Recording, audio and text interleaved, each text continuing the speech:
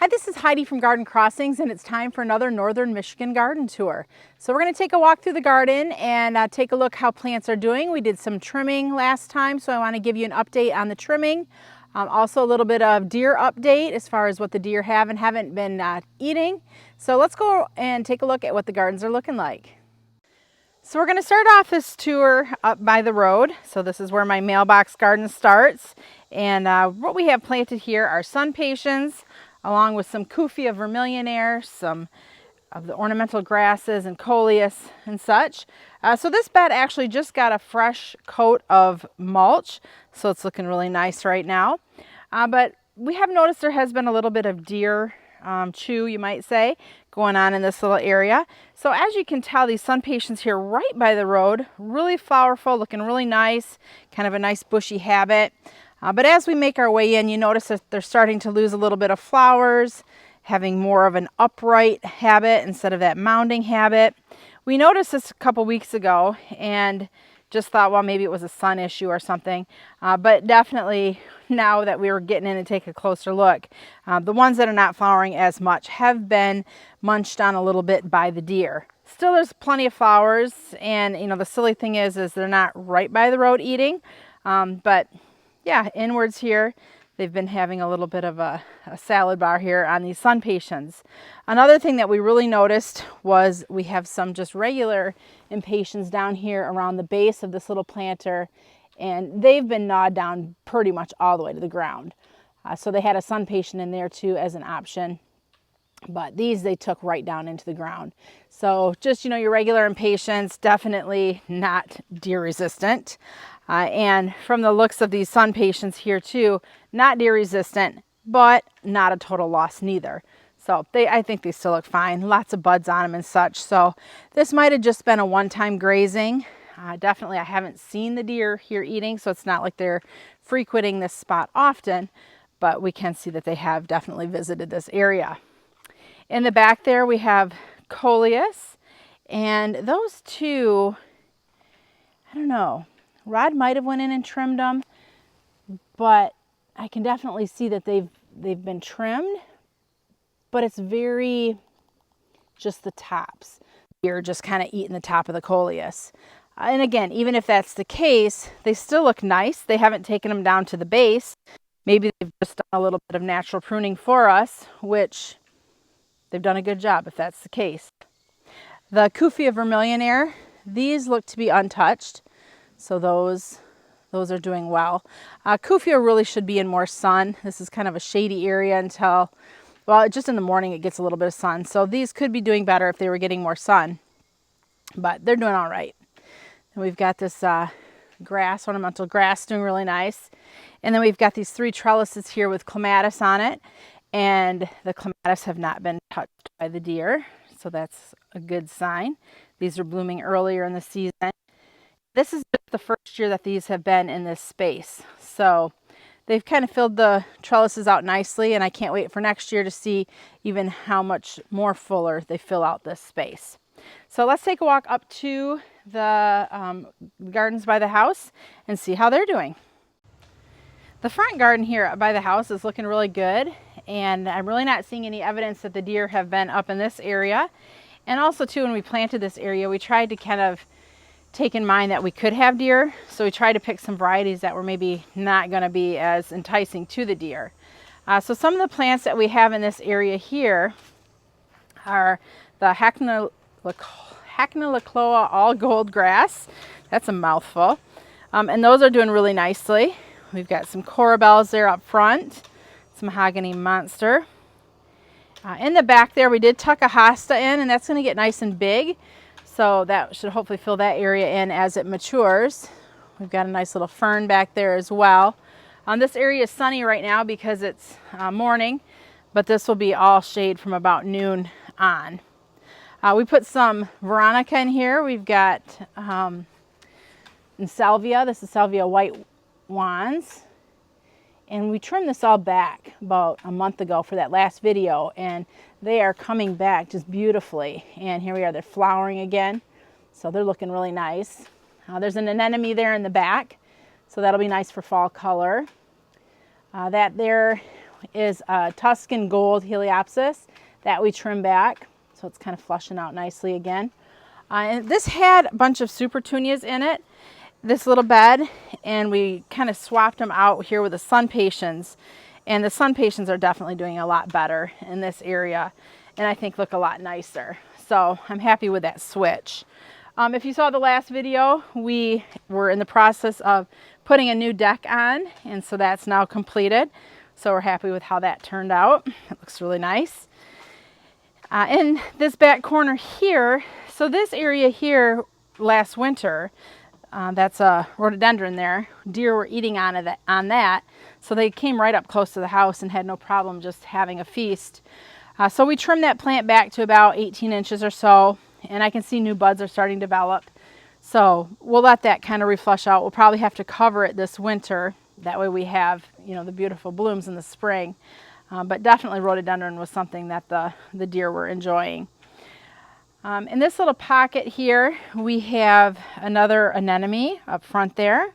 So for fall color, we have the Daisy May Shasta daisies. So we got a couple of them in there. We trimmed those back, and now you can see that one is starting to reflower. Some more corabels, kind of keeping the consistency from one side to the other. Veronica, we trimmed those Veronica back. Right now they look really green, but they're flushing out nicely. So hopefully we'll get some more flowers on those as well. The hanging basket is looking okay. We've had a lot of rain and a lot of wind here in the last week or so, and so the hanging baskets have really taken a beating. Not only from being oversaturated with water, but with the wind, it's just really kind of wreaked havoc on the containers and the baskets, just making them really look wind whipped.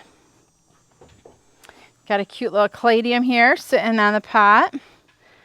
So Cladiums are great for, you know, outdoors, but you can also take them inside and use them as house plants. This one here is a Cladium Chinook. I think that's a really pretty color Cladium. In this area here, again, there was a bunch of petunias that we removed. Some of them we've trimmed back, and I'll talk about those in just a minute. But we put some pentas, some lobelia, some salvia annuals, kind of giving that little red, white, and blue look. Here by the post, there's a Daisy May we trimmed back, and it's reflowering again. Behind the post, that's some tall phlox that we trimmed back, and I can see buds on that. So that will hopefully be blooming again soon as well. There was Monarda in this garden right here. That got trimmed way back, and you can see it's starting to flush back out again. That I don't anticipate is going to rebloom, obviously, but it was looking kind of ugly, so we trimmed it back, and we're just kind of letting it come back out again. Something to point out here with these Supertunias. These Supertunias we did leave, and it was kind of a little test that we were doing. So we trimmed them way back, like way back. They were probably only maybe 4 inches, 6 inches across. You can check the video out before this of the Northern Michigan Garden Tour to see what they looked like. So we trimmed them way back, and we fertilized them really good. And so now they're starting to put on new growth, flower again, and look a lot healthier than what they were looking. So sometimes if your petunias are just looking kind of bland, go ahead, give them a trim, give them a good dose of fertilizer, and they'll come back, or they should come back and look gorgeous. So, and that's the case here with the Supertunia Vista Bubblegum, and in the back there is the Supertunia Vista Paradise. We have some more Monarda right here that we trim back. That one we didn't trim back near is hard, so that's why it's quite a bit larger, but I can see a lot of new growth on that plant. We've got the beautiful Sun Patiens here. We kind of added a little splash of color there with that pink, just to kind of break it up a little bit. In the back there, you can see how that white just really pops in this garden space. And again, fresh coat of mulch really kind of finishes off and makes the garden look complete if you can, you know, give that nice top dressing for a nice clean look. This little space here, we have a whole bunch of cone flowers in, and they're still showing a little bit of color, but they're past their prime at this point. We probably won't be trimming these because the birds, there's a lot of birds and stuff around here, and they enjoy the seeds that coneflowers produce. So we'll just leave these. My goal is for this area, as these plants mature, is to just really fill this out and just be a huge big spot of all beautiful colors of coneflower. This garden bed here that's on the lake side of the house is filling out really nicely. In this space, you can see it's got a fresh new coating of mulch. In the last video, I think there's a lot of petunias that were in here. Those have all been trimmed way back, and we've put some sun patiens in this space. So the petunias were not looking that great, so they just got trimmed, and then hopefully these two will fill out nicely. We've given them a big dose of fertilizer to help them along, and yeah, we'll see if they bloom again before the end of the summer. If not, there's still plenty of color in this garden bed. This garden bed I haven't noticed a lot of deer in, or any deer for that matter.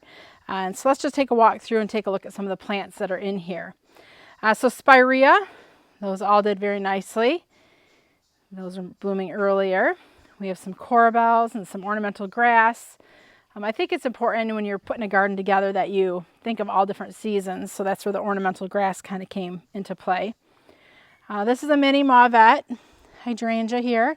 This was planted last fall from a quart, so you can kind of see how that's doing, as was this one here.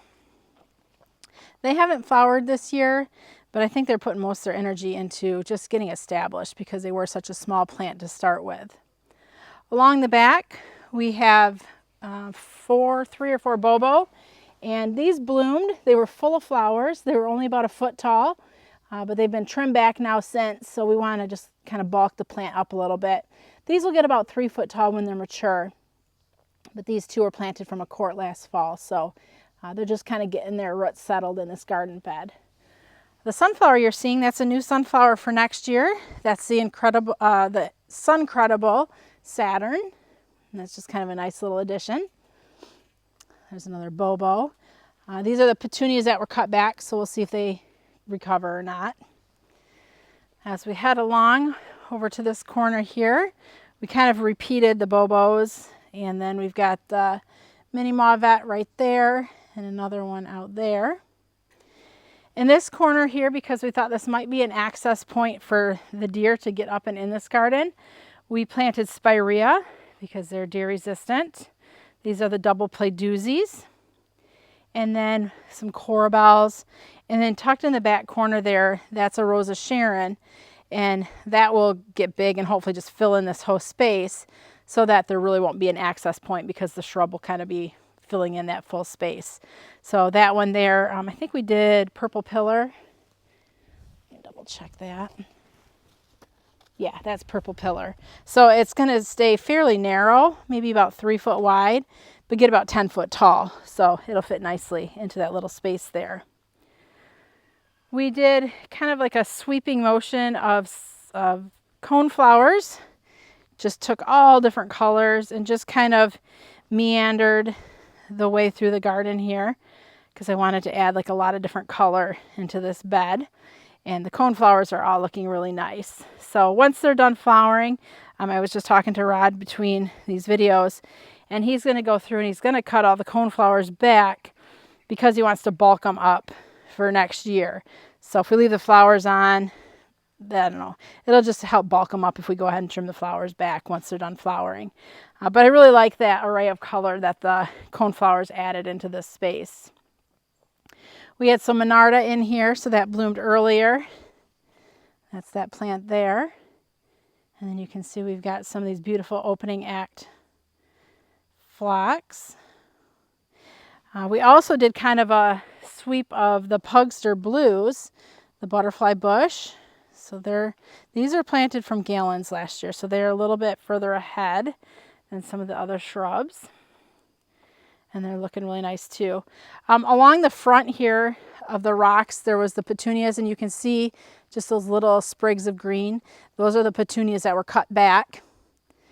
Those were the new jazzberries. The space, we didn't have enough fertilizer on them and didn't get enough sun, so we just trimmed them back. We'll see how they do. But then we put these beautiful white sun patiens between just so we have some color up here. So this garden here is kind of deer kind of what we've kept in mind is trying to plant deer-resistant varieties, but also varieties too that would attract the butterflies and hummingbirds, because there's been a lot of butterfly and hummingbird activity in this area. Actually, we're going to take a look at the next garden from the top down, which is, this is a little scary because that's about a 10-foot drop. But this garden down here, Rod just planted this summer. So actually we'll go down there and take a closer look. But that, he put that brick wall in just to kind of give it a clean finished look. And there's a bunch of butterfly plants down there as well. So let's head down there and take a closer look. I was really thinking the pictures would have looked better from the top down than what they did, but that didn't look so great. So let's just get you down to the bottom level so you can actually see how this turned out. So this is filled out really nicely. Obviously he's packed a ton of annuals in here while we're waiting for the perennials and the shrubs in the space to get acclimated and to get some size on them. But a lot of the perennials and shrubs that we put in here are like Allium serendipity, a rose bush. We put a lot of Asclepias in here for the monarch butterflies. We have a hydrangea here. This is Invincible Ruby. The yellow you're seeing is Biden's Goldilocks, which those really have done quite well in this space. The pink you're seeing are Pentas. I think that's Rose. We put a couple of the bleeding hearts in this space. So these are full sun bleeding hearts. So they usually get sun around noon until the end of the day. And they just bloom all summer long. So those are really pretty. Got a nice little corbel here. And then to finish it out, there's a rose, some pulmonaria, and another Allium serendipity. And then this hosta here actually was in this space before. And even though it's a green hosta, it had really pretty flowers. So we just put it back in here and we'll see how it does. I mean, I know that that's going to be the first thing the deer will go after if they're hungry, but it wasn't eaten before. So we'll see. You never know. And you don't know if you don't try things. And since it was here, it's not like a loss, not like we planted it. And if the deer eat it, you know, we're out anything. So yeah, so excited to see now next year how this space does, because it's so new this year.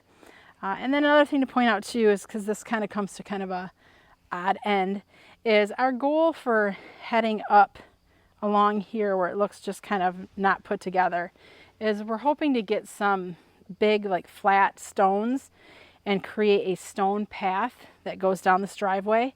My son took his truck down this driveway to bring some stuff down, and this is about a 16% grade, so that's a very steep driveway.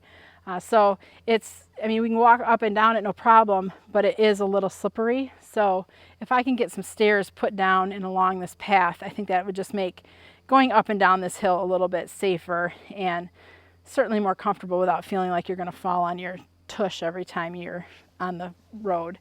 So that's what's going on here at the up north, at the Northern Michigan Garden. Lots of color still going on. Little deer activity, not much.